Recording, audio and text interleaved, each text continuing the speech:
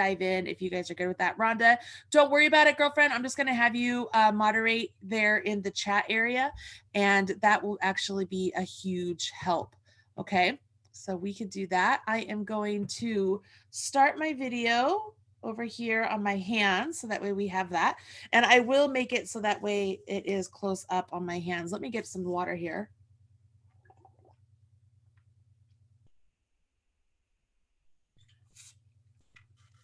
Tina has a very good question.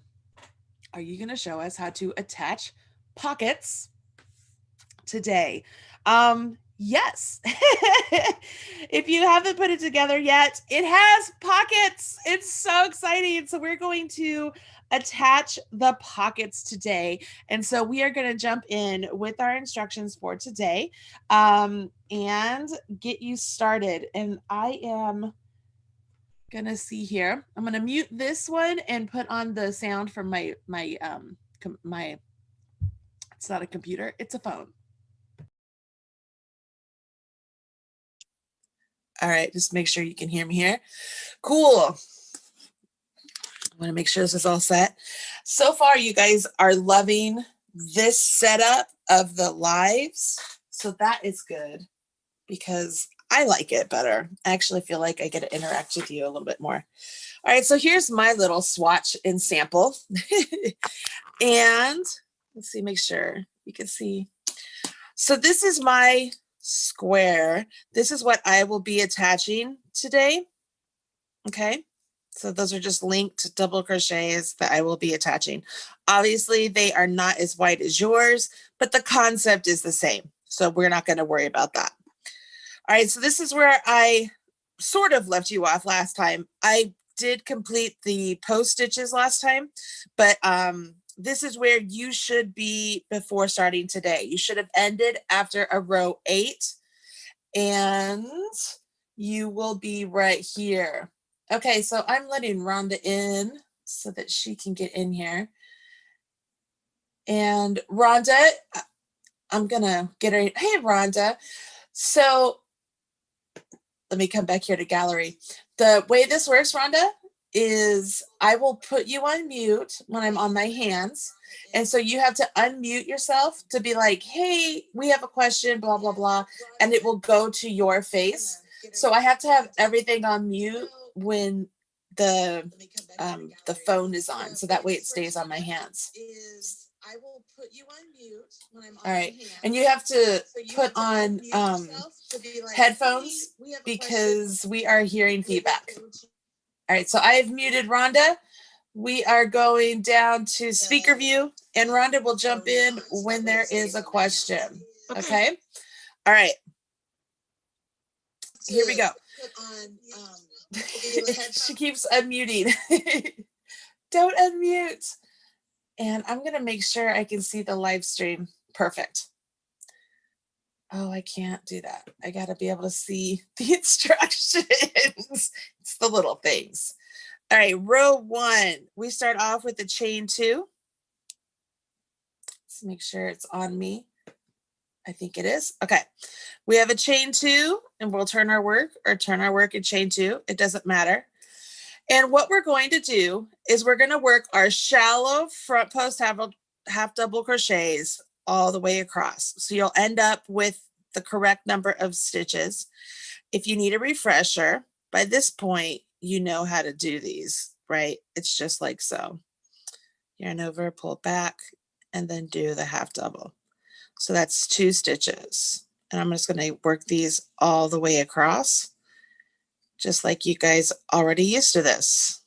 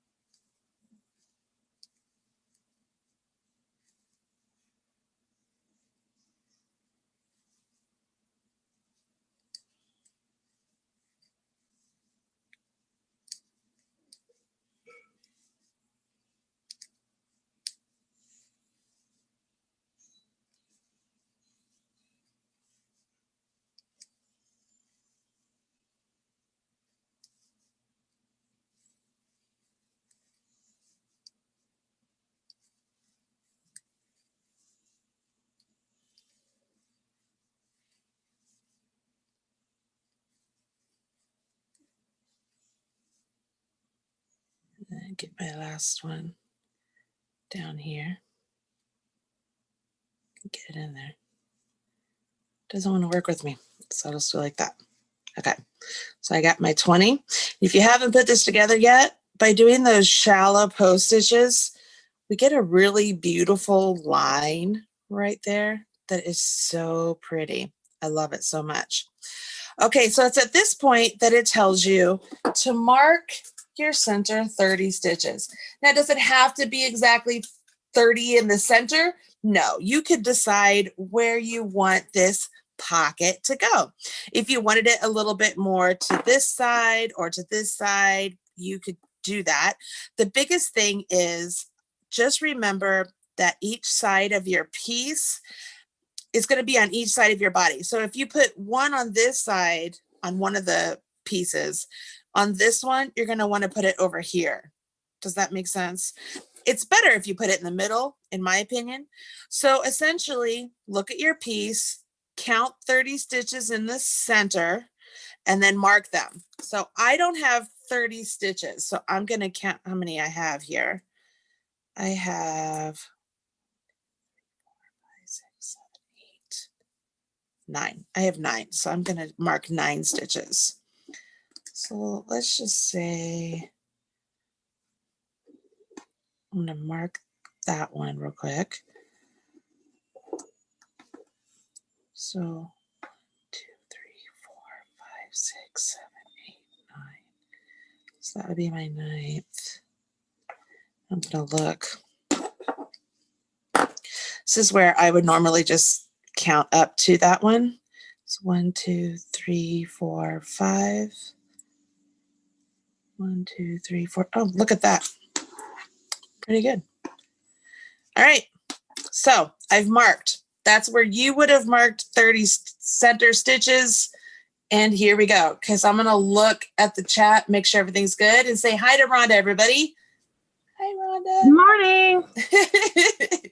How are you? I'm good. I'm very good. Awesome. I know it's early there. I didn't even think about that until No, that's fine. I invited you. I'm working on my turkey stock from my turkey from Thursday. So oh, good. And That's knitting, good. of course. Yeah, always knitting. All right. So for those of you who don't know, Rhonda is actually a new tester, but she and I have known each other for a very long time. I actually taught Rhonda how to knit at our local yarn store. So she and I have been friends for a long time. So. I'm the original Marley made me do it. You are. You really are. That's hilarious. I'm customer 1, lady. That's hilarious. That's so funny. We had a quick question. Someone was saying, is it too late to get started? And the answer is absolutely no. It's never too late. Never too late. The pattern will remain free on my website as it stands. And then it will also be available for purchase after the event in an ad-free PDF if you want everything in one pretty pattern. Yeah, so that's awesome. Let's see here. Carlene Roberts says, on the pocket piece, does top or bottom or right side, wrong side matter? Not really. Think about it this way. I'm going to go back to my hands here. So I'm going to mute you, Rhonda. All right, so we're going to go to the hands, hopefully. All right, here we are. So this piece, when it goes onto here, we're going to work across what happens on the next row. We're going to work across this row essentially to where we've marked the stitch. And then we're going to skip those stitches we marked. And in place of those, we'll work across these stitches. So whether you're working across the foundation row or the top or this side, it really doesn't matter because this piece is going to be on the wrong side of your thing you're making. So it's going to sit in there just like so. And you'll be able to put your hand in that pocket. So this little finishing we did is the front of your pocket.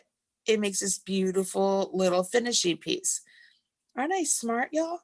So do you guys see how this works? I mean, visually, we're going to work across, and then instead of working for you 30 stitches right here, on the piece you've been working, you're gonna, it's like bypass, and you're gonna work across 30 stitches on the square that you did. And then you're gonna jump back over here to the piece and finish up on the piece. So I guess, Carlene, my real answer would be, if it were me, I'd work across the top here. So like I would have where I finished probably down there. So that way I'm looking, I mean, it doesn't really matter. I don't know. You're just working across stitches, but it's on the inside, so nobody sees. But that's why I did this fabric the way I did, so that it's nice and solid and it holds weight pretty well. Okay. You guys see that? Hopefully that answers your question. Carlene So said, clever. Yeah, you're getting some love here on these interior pockets. She said, I marked my starting chain, but forgot to pick up right side, wrong side. Does that make sense to you? On her, it does make sense to me. The starting chain, forgot to mark wrong. You'll be fine. You marked your starting chain. So that would have been down here at the bottom. And right side, wrong side, it really doesn't matter, especially on this one. It sort of looks the same. So you'll be fine. I would do whatever row you ended on, I would attach or work across that row. Okay, you'll be fine. All right. Everybody's like, that's so cool. You know what? It's cute because even the testers, they all thought that the pockets were on the outside. And I was like, no, no, no, we're not covering up the pretty. We're putting them on the inside. So here we go. So let's work through this, because it's not just a regular row, it's an X stitch row. So everything's going to work out fine. It just, you have to think about, like I said, you're just bypassing stitches. You're still coming up with the same stitch count. All right. So here we go. I'm back down here. And I turn and chain. No, it's a stacked. So I start with the stack. I turn. Let's do a stacked double crochet. And I know that there are some people that are struggling with the stacked. You could start with a standing double crochet or even a chain 2 or 3 if you wanted. I like these though, so that's why I use them. X stitch back across the row to the marker. Essentially, let's not overthink it. We're going to go as far as we can. And if one of our X stitches goes beyond that marker, we just want to make sure we do that to this. Okay. So I'm just going to hold this up here. And just when I need to get to that, I will. So the X stitch, 1, 2, go into the third. Remember, I have fewer stitches, you guys. Chain 1. Come back to the first one you skipped. So I have my X. So this is where I would skip 2, 1, 2, and the third. So instead of going into this one, I'm going to go into the one that would make it the third back here. All right, so that one there would represent that one. And when I seam these in place, it will be just fine. I guess it helps if I yarn over. I go like that, chain 1. This, I'll come back over here. So it gets a little bit confusing, but you can do it. And if you wanted to, you could do exactly what I'm about to do. So I'm going to use this marker, and I'm just going to pin these 2 pieces together, just so they don't go anywhere. Make it easier on myself. I'll do that down there later. I'm going to run out of yarn because silly me, I cut my yarn. I didn't mean to. I was like, what's this? I just cut it. And I was like, no. Okay, so now I'm going to carry on with this one, right? So I have a stitch there. So I skip 1, 2, come to the third.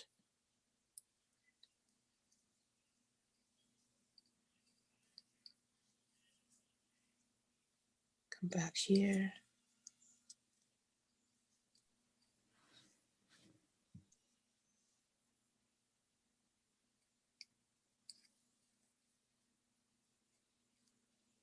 gonna just join yarn here real quick.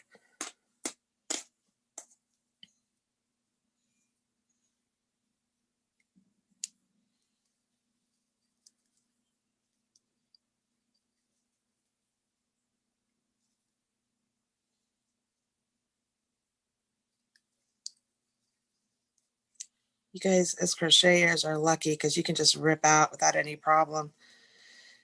Okay, so I have one more stitch on my little piece. You'll have a different number. So I have to just make sure that I'm coming up correctly here, that I've skipped 9. So I'm going to make sure here. I think I have.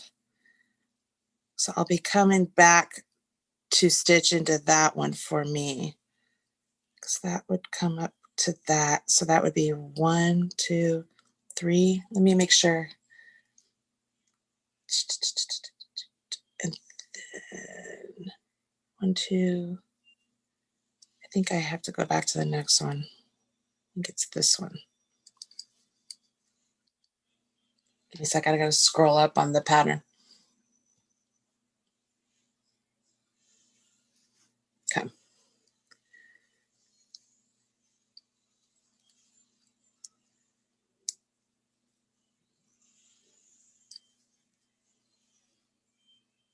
And all of this, like the X's, your placement might be different than somebody else's, depending on where you put your markers. Does that make sense? Because I could have moved it over by 1. You could move it over this direction by 1. It doesn't really matter. And again, I chose to join it with this row because I wanted that finish on the front of the pocket. Like, I think it looks really pretty. So then I have one more for my little swatch, my cute little pocket. And then I end with a double crochet.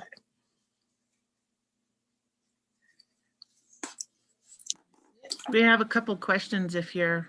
Sure, I am ready. All right, so Carol is asking, what length should the project be where the pockets are attached?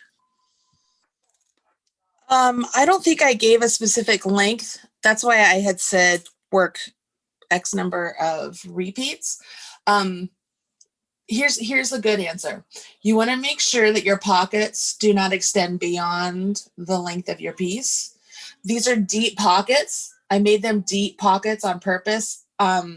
I mean, I do some pieces where I have more shallow pockets, but I wanted these to be nice, deep pocket. So you want to make sure at least you're far enough to where when you do this part, the pocket does not go below the piece. How about that? That's where that is. Cool. And then KJ asked, right side has the decorative row from the shallow HDC stitch. Yes. So when you work the shallow half double crochet on the wrong side, that's what lays those, the top of the stitch, it's the V's, it lays those on the right side. It's very similar to the look that you get when you do like a half double crochet in the third loop, or if you do a camel stitch.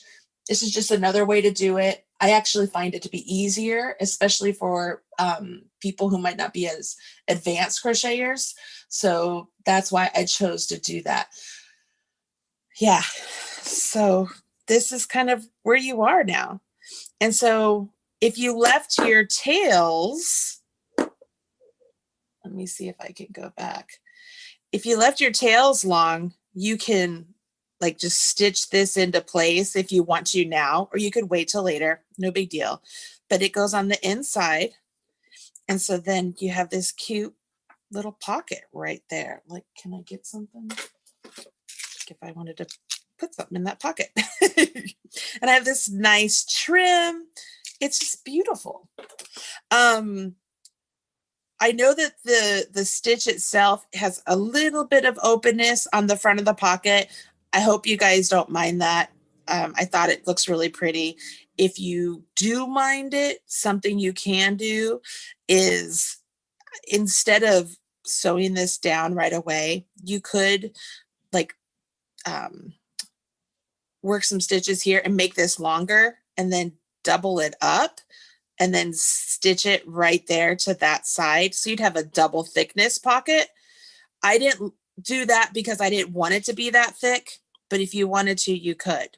You guys understand what I mean by that? So if I wanted to, I could get some yarn and just join with the slip stitch here and then just work some more link double crochets to where I would fold it in half. And then it's like if I folded it in half and came up here, I would actually stitch it to that side of the pocket. So when it laid flat, it would be a lined pocket. You see, it would look like that. You guys understand what I mean by that? I didn't do that again because it makes it, I mean, you can see right there, it's nice and bulky if you do that. But if you don't want these holes on the front of your pocket, you can do that. All right, otherwise it just lays flat. Goes like that. All right, we have a question from Tina. She says, can you show us a close-up of the X stitch? I did mine backwards and want to see how difficult it is. I don't want to rip mine out. Sure. Let me see. I'm going to undo the last one I did. And I'm going to put us on speaker view. Okay, so this would have been the last X stitch. So I yarn over my hook, you skip 2, go to the next, work your double crochet, chain 1, and then I skip these 2 stitches. I'm going to come back to that first one, but I also want to go behind this double crochet. So I yarn over my hook, I go behind that double crochet over here to the stitch I skipped, stip my hook into it, yarn over, pull up a loop, yarn over, draw through 2, yarn over, draw through 2. So the 2 double crochets, they do not intersect or they don't overlap each other in the sense that you don't complete one around another, it's behind it. And then you finish off with the double. Does that help? And honestly, if you did it some other way and it's pretty and you're still getting the same stitch count, go with it. Just be consistent with it throughout your whole project and it's fantastic.